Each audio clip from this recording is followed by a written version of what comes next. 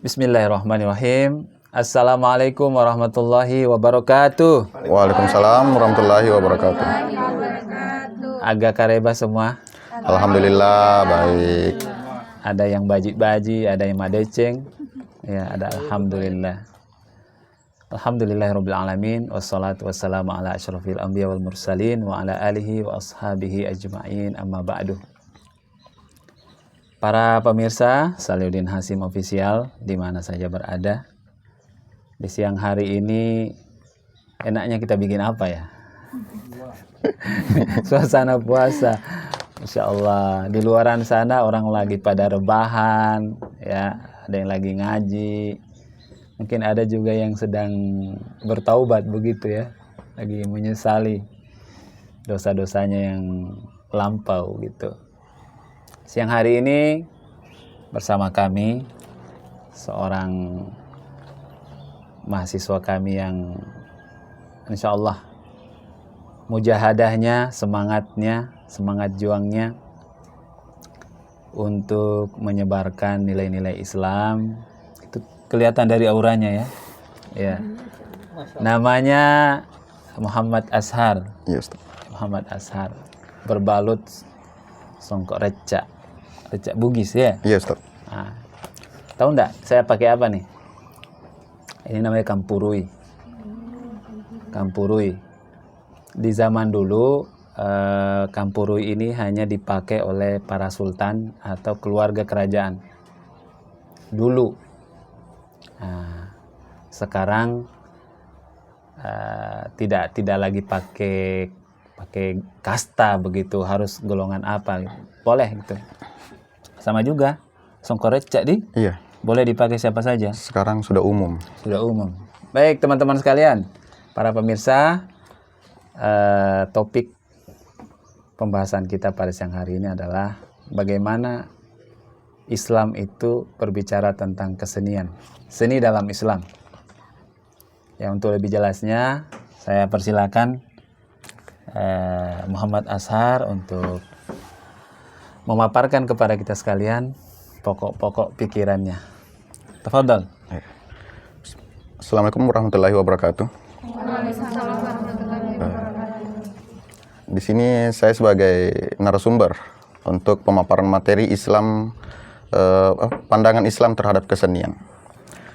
Islam memiliki pengaruh yang signifikan dalam dunia seni, baik sebagai sumber inspirasi maupun sebagai konteks budaya yang mempengaruhi perkembangan seni di berbagai belahan dunia.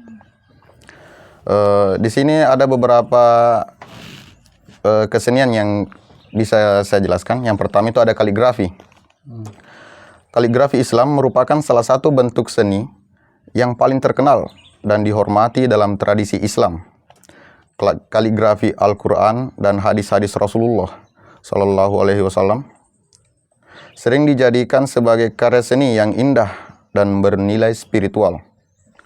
Arsitektur. Arsitektur Islam mencakup masjid, istana, madrasah, dan bangunan-bangunan lain yang sering kali dihiasi dengan ornamen geometris, kaligrafi, dan motif tatah yang rumit. Contoh di Masjidil Haram dan Masjidil Nabawi. Seni lukis dan seni rupa. Seniman Muslim telah menciptakan lukisan-lukisan yang indah dengan berbagai tema, termasuk pemandangan alam, potret, dan gambaran-gambaran religius. Lukisan miniatur dalam naskah-naskah klasik Islam yang sangat dihargai. Selanjutnya ada seni tari. Berbagai tradisi tari Islam seperti tari Sufi, tari Zapin, tari Zaman merupakan ekspresi yang mencerminkan nilai-nilai spiritual dalam budaya agama Islam. Selanjutnya ada seni musik. Meskipun ada variasi dalam pandangan terhadap musik di dalam Islam, kalangan umat Islam ada beberapa musik seperti nasyid, yaitu musik religius dalam Islam, dan musik klasik Timur Tengah memiliki pengaruh kuat dalam seni dan budaya Islam. Yang terakhir ada sastra. Sastra Islam termasuk puisi, prosa, dan sastra lisan, seperti cerita-cerita rakyat dan cerita-cerita sufi yang mencerminkan nilai-nilai agama, filsafat, dan budaya Islam. Kesenian dalam konteks Islam tidak hanya mencerminkan keindahan visual atau ekspresi kreatif, tetapi juga sering menyampaikan pesan-pesan moral, spiritual, dan filosofis yang penting dalam tradisi keagamaan Islam. Adapun hadisnya itu, Rasulullah Muhammad SAW seringkali memberikan petunjuk tentang pentingnya menjaga keindahan dan estetika dalam kehidupan sehari-hari. Salah satu hadis yang terkenal adalah Allah itu indah dan menyukai keindahan. Oke, sekian dari saya. Masya Allah. Berikan tepuk tangan yang meriah. Ya, teman-teman sekalian, demikian tadi sekilas paparan bagaimana pandangan Islam terhadap kesenian. Yang terakhir tadi dibacakan hadis Nabi ya. Kalau bahasa Bugisnya itu Allah is beautiful and love beautifulness. Allah itu indah, maha indah dan mencintai keindahan. Ada enggak di antara kita yang tidak suka yang indah-indah? Ada enggak? Semuanya suka yang indah kan? Ya. Gitulah. Allah menciptakan keindahan buat kita, pertama untuk kita nikmati. Yang kedua, ya menjadi penenang jiwa, penentram kesedihan. Kalau kita lagi misalnya ada musibah ya, semisal ada keluarga kita baru saja berduka, jangan berlama-lama di rumah, jangan berlama-lama di kamar. Datanglah ke tempat-tempat tertentu yang membuat hati kita itu bisa menjadi tenang. Nah, gitu. Jadi lewat kesempatan ini saya ingin memberikan waktu kepada teman-teman semua. Ada yang ingin bertanya barangkali atau punya pendapat yang berbeda? Ada yang ingin memberikan masukan terkait dengan paparan dari teman-teman kita tadi itu? Belum ada? Baik, saya sedikit tambahkan ya. Kesenian itu bagian dari usaha dakwah. Ada yang bisa mengulas kembali? Apa itu pengertian dakwah? Menurut teman-teman dakwah itu apa sih? Menyampaikan. Apalagi? Mengundang, mengajak, menyeru, memanggil, melarang. Oh iya, bisa. Ya. Termasuk memukul itu juga bagian dari dakwah. Jangan disalahpahami dulu. Pukulan itu bagian dari dakwah. Ada orang tidak mempan dinasehati. Ya. Dia bisa berhenti dari perilaku buruknya dengan cara dipukul. Ya, kalau dengan cara itu, maka ya mau tidak mau harus kita lakukan. Tapi itu cara terakhir. Ya, kita harus mengajak mereka dengan cara lemah lembut. Ya. Dakwah itu artinya ajakan, panggilan, seruan, bujukan, ya. Atau makna-makna lain yang semisal dengan itu. Saya kembali, seni itu adalah dakwah, bagian dari dakwah. Ya, di ayat yang lain Allah Subhanahu wa taala mengingatkan kepada kita sekalian, ya ayyuhalladzina amanu, wahai sekalian orang yang beriman, ittaqullah, takutlah kalian kepada Allah, bertakwa kepada Allah, wabtagu ilaihil wasilah. Ya, carilah ya jalan ya atau wasilah yang dapat mendekatkan kalian kepadanya. Ya. Kita ini kan biasanya terpaku ya.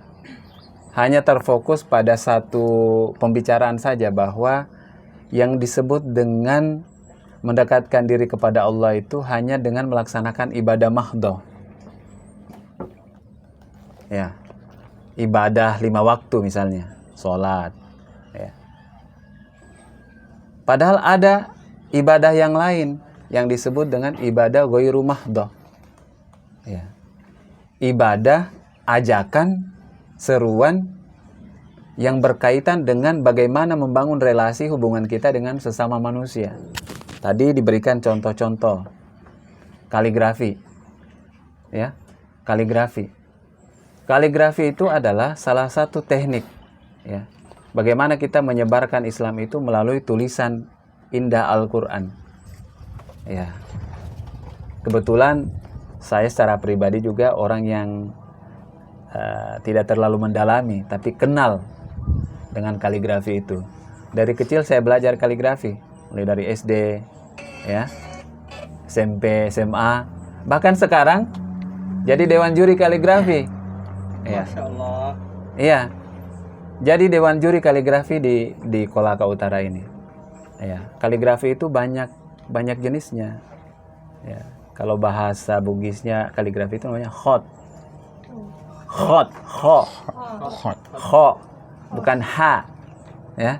Kalau khot itu tulisan. Ya. Kalau hot lain lagi. Iya. Iya. Hot hard jiddan. Ya. Is very hot, panas. Ya. Ada hot naski, ya. Ada namanya hot sulusi, ada diwani jali, ada rik'a, ada farisi, macam-macam. Ya. Dan itu dalam perlombaan kaligrafi itu juga ada yang namanya tulisan naskah, ada hiasan, ada dekorasi, ada kontemporer, macam-macam. Bahkan sekarang itu sudah dikembangkan lagi, ada namanya kaligrafi digital. Nah, luar biasa. Ini adalah bagian dari cara kita mendakwahkan Islam itu. Ada nasyid, lagu-lagu religi, ya.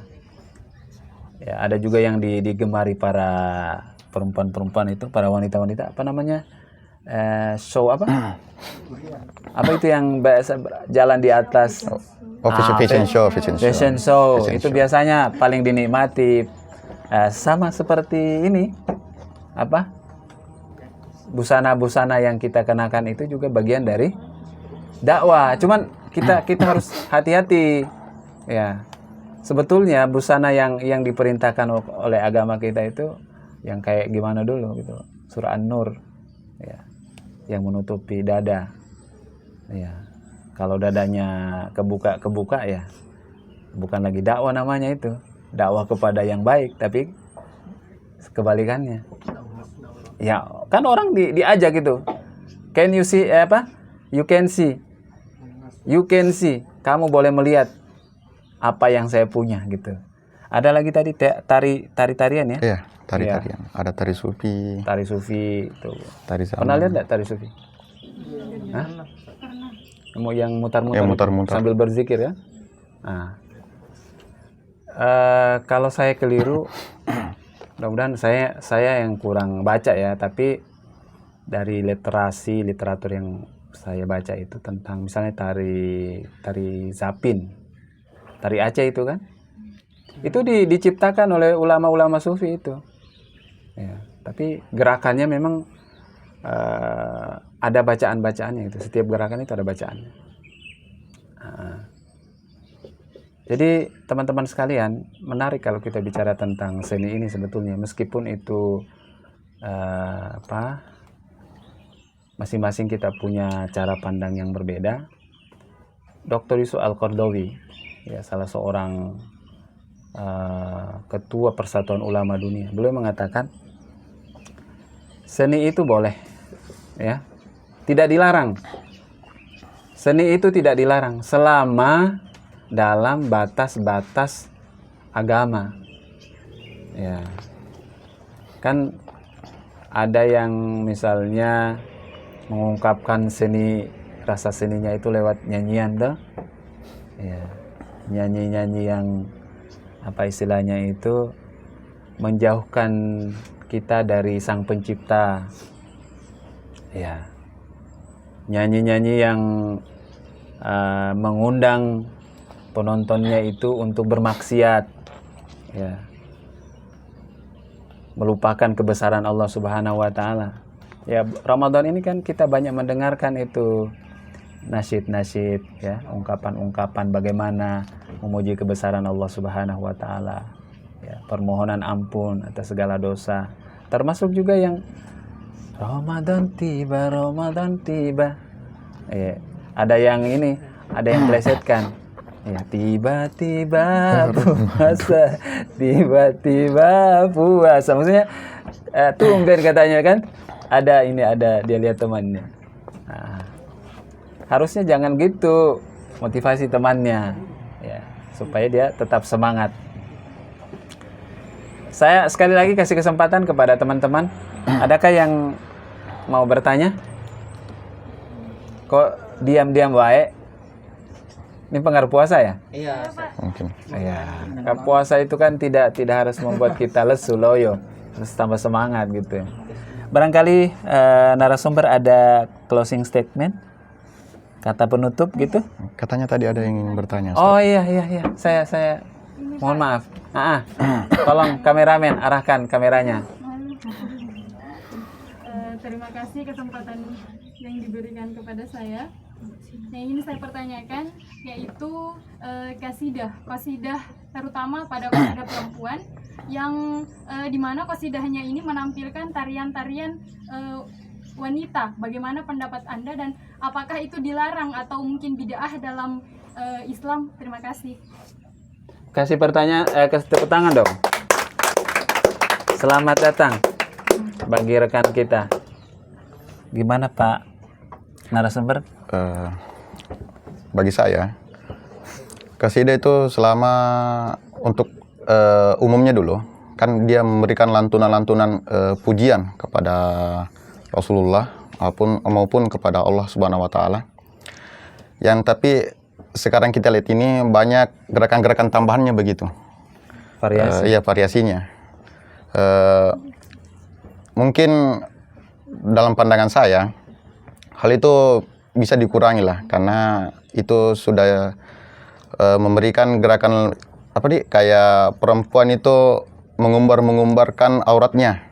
Mereka teriak berlebihan sampai-sampai orang yang mendengarnya itu pun kayak antara menghilangkan lagi rasa kayak menghilangkan kekhusyuannya mendengarkan kasidahnya mereka, lebih fokus kepada gerakan-gerakannya saja, begitu Ustaz. Kalau mungkin lebih tepatnya mungkin Ustaz yang bisa menambahkan.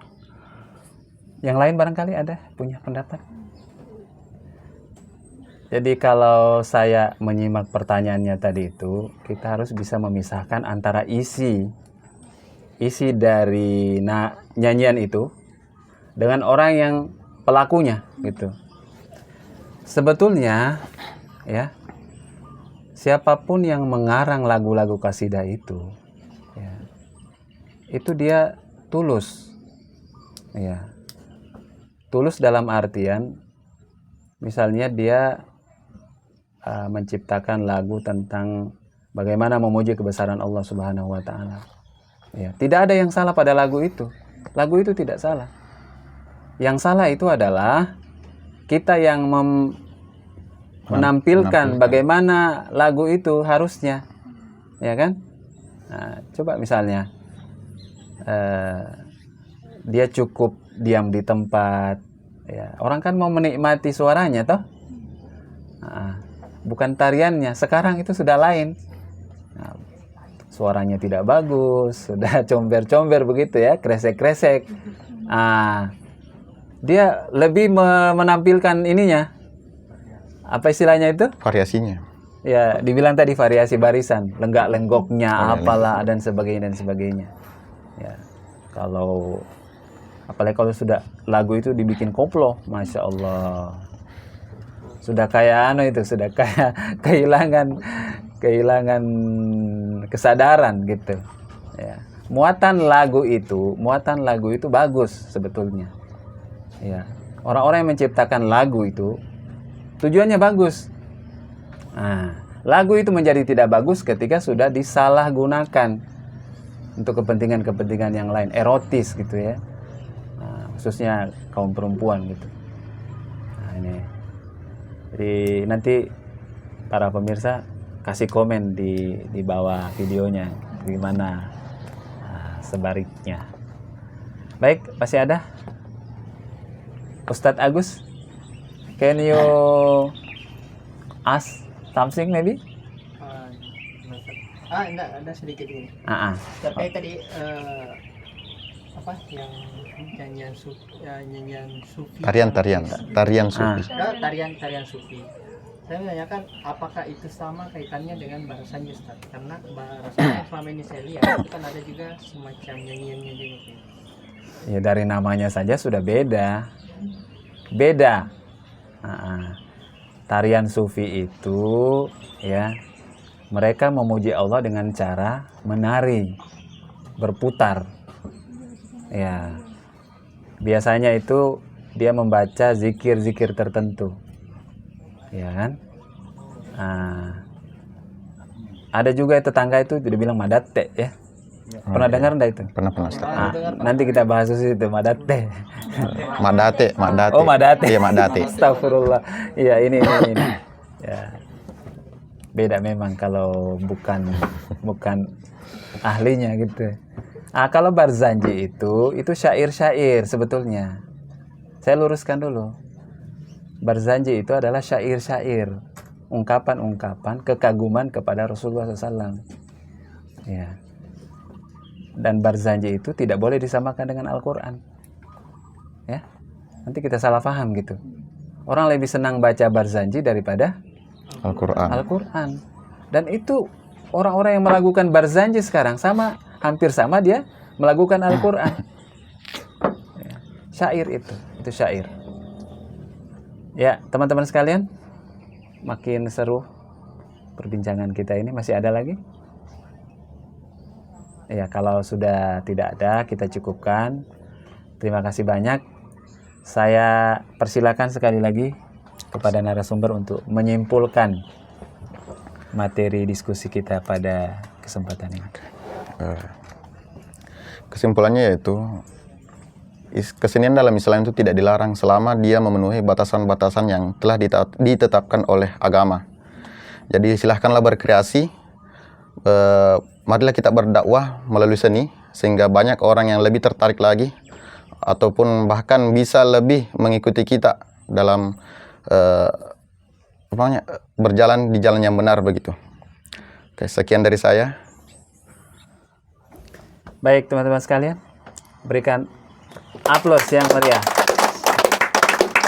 Ya, terima kasih banyak. Kita boleh berbeda pandangan, ya.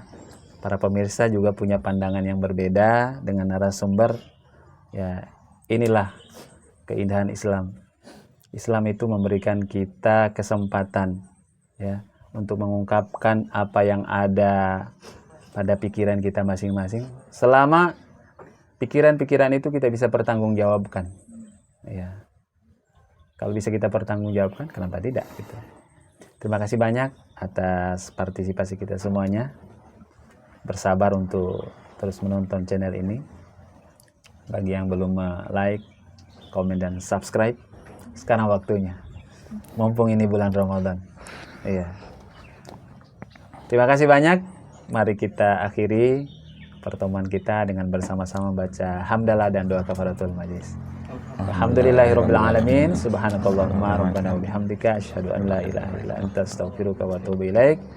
Akhirul kalam, assalamualaikum warahmatullahi wabarakatuh. Waalaikumsalam warahmatullahi wabarakatuh.